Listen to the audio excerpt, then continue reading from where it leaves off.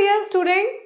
So today we are going to start a new chapter. The name of our chapter is Introduction to CSS. Now see the learning objectives of this chapter. After studying this chapter, students will be able to explore what CSS is and how it helps in styling web pages. They can understand how various CSS selectors are used to target elements. They can learn the different ways to apply CSS to HTML, and they can get familiar with the various background properties available in CSS. To start with analogy based learning, HTML gives you a plain room with furniture. HTML क्या देता है आपको? एक plain room देता है और furniture दे देता है. बट CSS क्या होता है? एक पेंटिंग वॉल होती है, कर्टेन्स, उसमें कर्टेन्स लगाना होता है, कलरफुल क्वेश्चंस करना होता है और लाइटिंग अरेंज करनी होती है. CSS का काम होता है वेब पेज को स्टाइल करना, फॉन्ट्स चूज करके, कलर्स चूज करके, साइज चूज करके, लेआउट चूज करके. Just like decorating makes a room more welcoming and beautiful.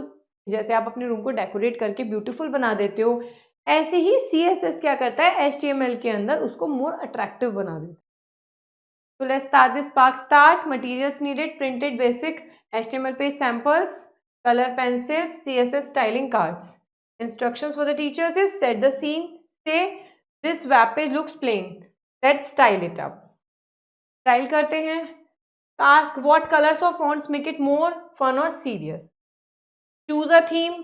Students pick a theme like kids site, business site and decorate the HTML page. अब CSS को introduce करेंगे और explain करेंगे कि किस तरीके से ये कोड को बना के चेंजेस कर देता है. रैप अप, CSS देता है आपको वेबसाइट पर्सनैलिटी जो होती है उसकी चेंज करके, just like close for a web page. भाई वेब पेज वैसे तो नॉर्मल होता है but with the help of CSS ये बहुत ज़्यादा क्रिएटिव बन सकता है. तो what are the interesting fact? The term cascading in CSS means that style can fall back or overwrite each. Style से तो everything can be changed, right? अब पढ़ते हैं what is CSS. की फुल फॉर्म होती है Cascading Style Sheets. ये एक लैंग्वेज होती है जो HTML एलिमेंट्स को वेब पेज के अंदर शो करने के लिए यूज होती है. HTML प्रोवाइड करता है आपको स्ट्रक्चर और कंटेंट, जबकि CSS फोकस करता है इसकी प्रेजेंटेशन. ये अलाउ करता है कस्टमाइजेशन, क्रिएटिविटी, कंसिस्टेंसी आपके वेब पेज पे जो आप अपनी सिंगल स्टाइल शीट में यूज करते हो. CSS की मदद से आप क्या कर सकते हो? कलर चेंज कर सकते हो, टेक्स्ट का और बैकग्राउंड का, फॉन्ट लगा सकते हो, फॉन्ट साइज एडजस्ट कर सकते हो, स्पेस कर सकते हो एलिमेंट्स के बीच में और एक ब्यूटीफुल और रेस्पॉन्सिव डिजाइन बना सकते हो. नाउ हम देखते हैं कुछ CSS सिंटैक्स बेसिक्स.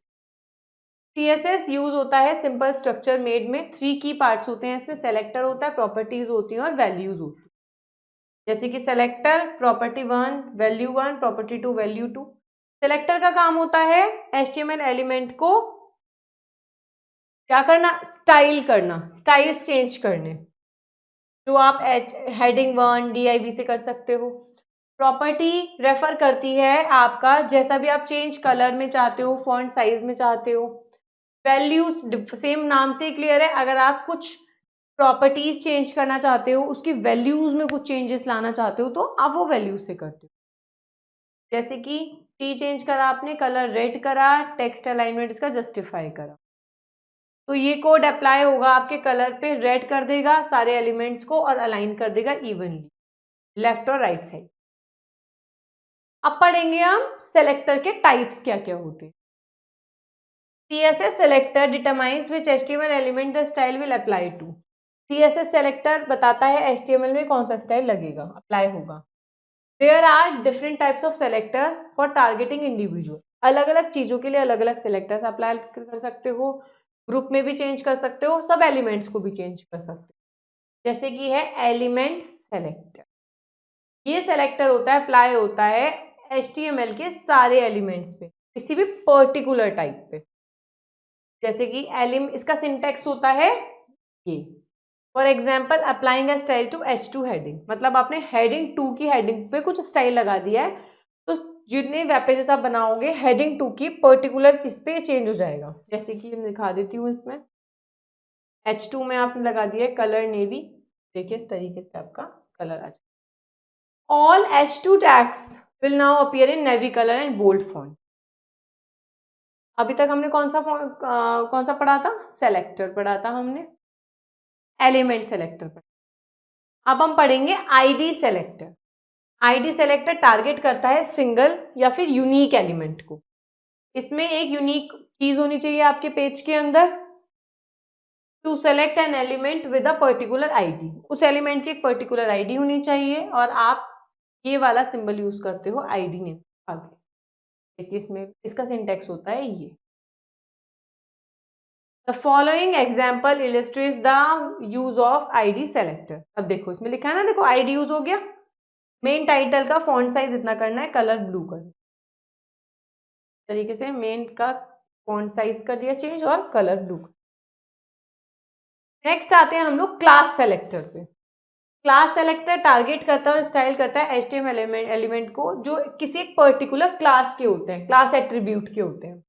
ये यूज होता है, इसके क्लास नेम के आगे आपको डॉट यूज करना होता है, जैसे कि dot class name property value, इस तरीके से मैं दिखा देती हूँ। देखो डॉट आ गया, हाईलाइट क्या करना है, बैकग्राउंड कलर लाइट येलो से पैडिंग करना है time state. Universal selector, the universal selector apply style to all HTML element on a web page. ये वेब पेज पे अप्लाई करते हो आप। इट इज, ये रिप्रेजेंट होता है एस्ट्रिक साइन से। जब ये यूज होता है तो इफेक्ट करता है हर एलिमेंट को स्पेसिफाइड स्टाइल के अकॉर्डिंग। जैसे कि ये रहा एस्ट्रिक आ गया, प्रॉपर्टी वैल्यू, ये सबको अफेक्ट करता है। जैसे एस्ट्रिक आ गया, फॉन्ट फैमिली एरियल, तो आपका सारा का सारा कंटेंट एरियल में चेंज हो। क्लिक एंड लर्न, अब आप डिजाइन करेंगे वेब पेज जो आपके फेवरेट हॉबी को बताएगा। जैसे कि आपको सारी हेडिंग क्या करनी है, पर्पल में करनी है, सेंटर अलाइनमेंट में करनी है। सिर्फ स्पेशल प्रोग्राम पैराग्राफ जो हैं आपके इंट्रो के, वो आपको इटैलिक में करने हैं और लाइट येलो बैकग्राउंड होना चाहिए उसका। आपकी जो सारी इमेजेस हैं, जो गैलरी की इमेजेस हैं, वो सॉलिड ब्लैक बॉर्डर में होनी चाहिए। अब आप देख पा रहे हैं ना किस तरीके से आपने उन सेलेक्टर्स को यूज करके आप चीजों को चेंज कर सकते हो। Every element on page have 10 px padding होनी चाहिए। अब आपको CSS कोड लिखने हैं ऊपर की रिक्वायरमेंट्स के अकॉर्डिंग। सही सेलेक्टर को यूज करना है, element selector, ID selector, class selector, universal के अकॉर्डिंग। अब हम HTML में अप्लाई कैसे करते हैं CSS को। 3 तरीके होते हैं CSS को HTML में डॉक्यूमेंट में अप्लाई करने के, सबका अपना एक पर्पस और एडवांटेजेस होता है। पहला होता है इनलाइन स्टाइल शीट, दूसरी होती है इंटरनल और एम्बेडेड स्टाइल शीट और तीसरी होती है एक्सटर्नल। इनलाइन स्टाइल शीट में बच्चा क्या होता है, CSS डायरेक्टली HTML में एट्रीब्यूट में लिखा जाता है। CSS is written directly inside the HTML element using style attribute। Style attribute का यूज होगा और ये डायरेक्ट ही लिखा जाएगा HTML एलिमेंट के अंदर। It is used when a specific element needs a quick style. अगर किसी भी स्पेसिफिक एलिमेंट को एकदम से स्टाइलिंग में आपको चेंज करना है तो आप इनलाइन का यूज करोगे। इसका सिंटेक्स ये होता है, आप देख सकते हैं एलिमेंट स्टाइल में किस तरीके से आपने इनलाइन CSS आपको चेंज करना है, आपने कलर रेड करना है, तो ये देखिए डायरेक्टली HTML कोडिंग में ही आ जाता है। इंटरनल और embedded style sheet. With an internal style sheet, the defined style apply to all elements to the specified type throughout the document। ये क्या करता है, ये आपके पूरे के पूरे एलिमेंट्स पे अप्लाई कर देता है। इसका मतलब है every matching element will follow the same style rule, कि जो भी उस एलिमेंट को फॉलो कर रहा होगा ये उसी पे अप्लाई हो जाएगा। टू ऐड इंटरनल स्टाइल आपको ये वाला टैग लगाना होता है हेड सेक्शन में। आप HTML करते हो इसको, इस हेड सेक्शन में आ गया ना ये सेलेक्टर प्रॉपर्टी वैल्यू। अब एग्जांपल मैं आपको दिखा देती हूँ, देखो हेड सेक्शन में आ गया, background colour light blue, head section के। एक्सटर्नल स्टाइल शीट, इस मेथड के अंदर हम क्या करते हैं, स्टाइल रूल डिफाइन करते हैं सेपरेट फाइल। सेपरेट फाइल बनती है, वो लिंक करी जाती है HTML डॉक्यूमेंट, और जो फाइल होती है वो .css में सेव होती है। सिंटैक्स देख लिए, लिंक करता है आपका टाइप प्रॉपर, ठीक है। The following example illustrate how to define external style with link element inside the head section of HTML page. Body के नीचे आप प्रॉपर ये लिख दोगे और ये आपका ये आया है। अब आपने इस तरीके से ये प्रॉपर एक फाइल बनाई है, CSS में इसको सेव करा है और ये आपका आपने बनाई है ना फाइल प्रॉपर बनाई है आपने, तो आपने सेव कर दिया CSS और इसको बनाने के बाद ये बनाया और ये आपका चेंज हो गया। A CSS file named style.css is created contain the style for HTML element.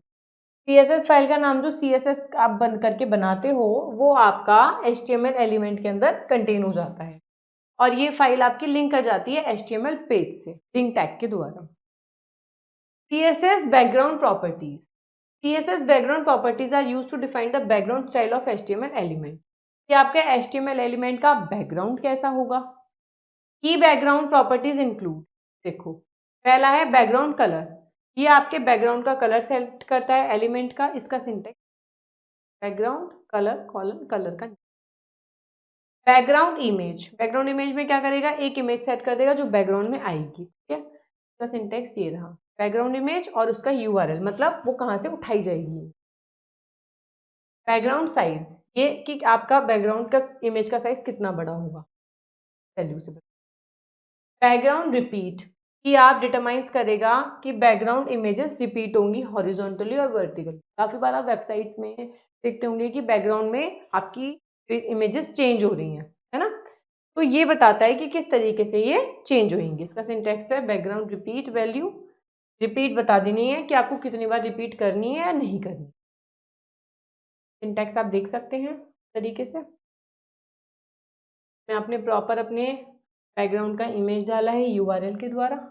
Background में बताया है कि रिपीट करना ही नहीं करना। बैकग्राउंड का साइज बताया है, आपने फॉन्ट बताया है, फिर आपने कलर बताया है कि टाइटल का कलर कैसा होना चाहिए, वाले नोट में इसका कलर कैसा होना चाहिए। Now click and learn match the CSS application method with its description. Styles are written in a separate CSS file and linked to the HTML page. External में होता है। Styles are written directly inside HTML text using style attribute. ये आपका inline में होता है। Style are written within the style tag inside the head section. Internal. Now let's recall CSS क्या control करता है, HTML की डिजाइनिंग का कलर फॉन्ट लेआउट कैसा होगा। 3 तरीके होते हैं CSS में ऐड करने में HTML के अंदर, इनलाइन, इंटरनल और एक्सटर्नल। सिंटेक्स सेलेक्टर का ये होता है। बैकग्राउंड प्रॉपर्टीज में आप background colour, background image, background size, background repetition सब कुछ कर सकते हो अकॉर्डिंग। एक्सटर्नल शीट से हेल्प होती है कि आप उसको मल्टीपल पेजेस में रीयूज कर सकते हो। भाई इनबिल्ट में तो क्या होगा, आप उसके अंदर कोडिंग में ही ऐड ऑन कर दोगे तो आपको सब में करना पड़ेगा। एक्सटर्नल की मदद से आपने कोड बना लिया है और आप जहां चाहे जिस HTML में चाहे उस वेब पेज पे आप उसको पुट कर सकते हो। तो this is the benefit of external style sheet. Now move to the exercise, tick the correct answer. What does CSS stands for? Cascading styles. Which part of CSS specifies what aspect of an element you want to change? Property. Which selector is represented by a dot in CSS? Class selector. Which CSS method is best for styling multiple HTML page with the same design? External style sheet. What does the universal selector do? ये target करता है सारे elements page के। Now fill in the blank. CSS is used to describe the appearance of HTML element on web page.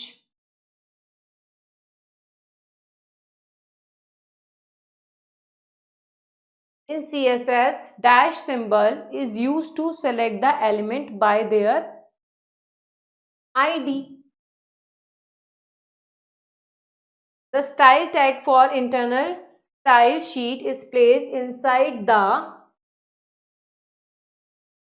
head section. The CSS property background color sets the background of an element.